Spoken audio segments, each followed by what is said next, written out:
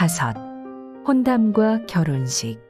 슈지 선생과 마스에님의 결혼에 대해 앞의 노래에서 어버이 신님께서는 전생으로부터 깊은 인연이 있는 자를 이 집터에 끌어들여 부부로서 수호한다. 이 전생 인연의 혼은 영원히 터전에서 다스린다고 말씀하셨습니다. 이를 넓은 의미로 해석하면 결혼이란 어떤 의미로는 전생에 인연이 있는 자들이 서로 인도되어 부부로서 이어지는 것 같습니다. 생각해보면 세계 약 80억의 사람 중에서 단 2사람이 결합되어 부부가 되는 것이므로 우연이라 하기에는 너무도 신기하다고 생각합니다. 물론 우리들 인간으로서는 전생인연이란 것을 쉽게 알 수는 없으나 적어도 부부가 된 이상 이 노래의 의미를 명심하여 서로 도와가며 살아감으로 영원한 안정을 수호받을 수 있는 것입니다. 요즘은 결혼을 결정하는데 자신의 감정에만 치우쳐 그저 좋아하는 마음만을 너무 중요시하는 경향이 있는 듯합니다. 그러나 인간의 마음은 반드시 변하는 것입니다. 좋아한다고 생각을 했지만 좋아하지 않게 되는 때도 오는 것입니다. 그럴 때 부부는 전생 인연에 의해서 이어진 것임을 상기하고 마음가짐을 새로이 하여 전진해야겠습니다. 그런데 혼담에 대해서 교조님께서는 본인 부모, 집안의 순서로 생각하라는 의미의 말씀을 하셨다고 전해지고 있습니다. 당시는 봉건시대의 기풍이 농후한 때였고 게다가 보수적인 농촌이었습니다. 혼담에는 먼저 가문의 균형이 알맞을 것, 다음에 양가 부모가 만족할 수 있어야 하는 것이 첫째이며 본인의 마음은 경시되기 쉬웠던 것입니다.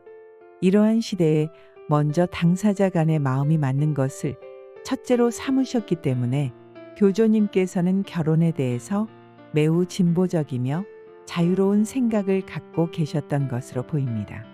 이러한 선택의 순위는 지도 말씀에 나타난 바 있는데 명심해야 할 것은 본인들의 마음을 첫째로 한다고 해서 부모를 무시해도 좋다고 하신 것은 아니므로 이 점 극단에 치우치지 않도록 해야 할 것입니다.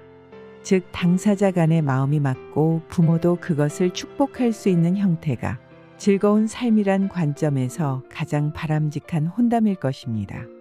혼담에 관해 본교의 역사에 전해지는 이야기 중에 신자 간의 결혼으로 잘 알려진 것은 1876년에 마스이 이사부로 씨와 니시오 나라기쿠 씨와의 결혼입니다.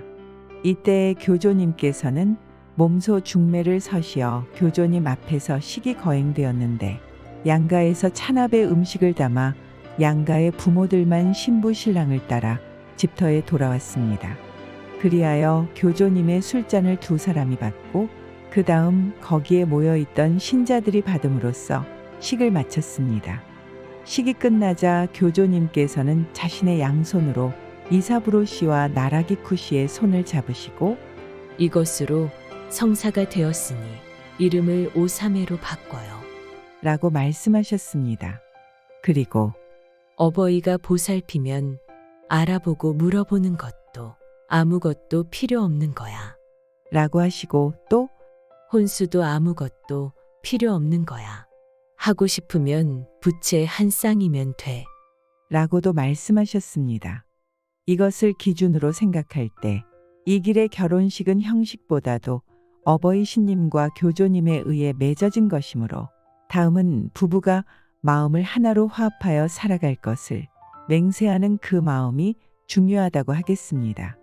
특히 결혼식에 관한 한 해마다 화려해지는 사회의 풍조가 이 길에도 영향을 미치고 있으나 사실은 간소해도 되는 것으로 적어도 남들처럼은 해야겠다는 생각은 필요 없는 것임을 알 수 있습니다. 결혼 준비에 대해 슈지 선생의 서자 오토지로 씨를 양자로 보냄에 있어 세상에서는 모두들 어디까지나 마찬가지. 자녀의 결혼에 세간 마련을 하니 16에 24. 아무리 세간 마련을 할지라도 장래의 일은 아무도 모르겠지. 16에 25. 라고 말씀하셨습니다. 아무리 훌륭한 살림을 아들이나 딸에게 차려준다 해도 그 장래는 모르는 것이다. 그보다는 평생토록 흔들리지 않는 마음을 소중히 여기도록 가르치신 것이라 생각합니다. 교조님께서는 아무것도 가져갈 살림이 없는 사람에 대해 그 대신 긴 수명을 누리도록 해주시겠다고 하신 예도 있습니다.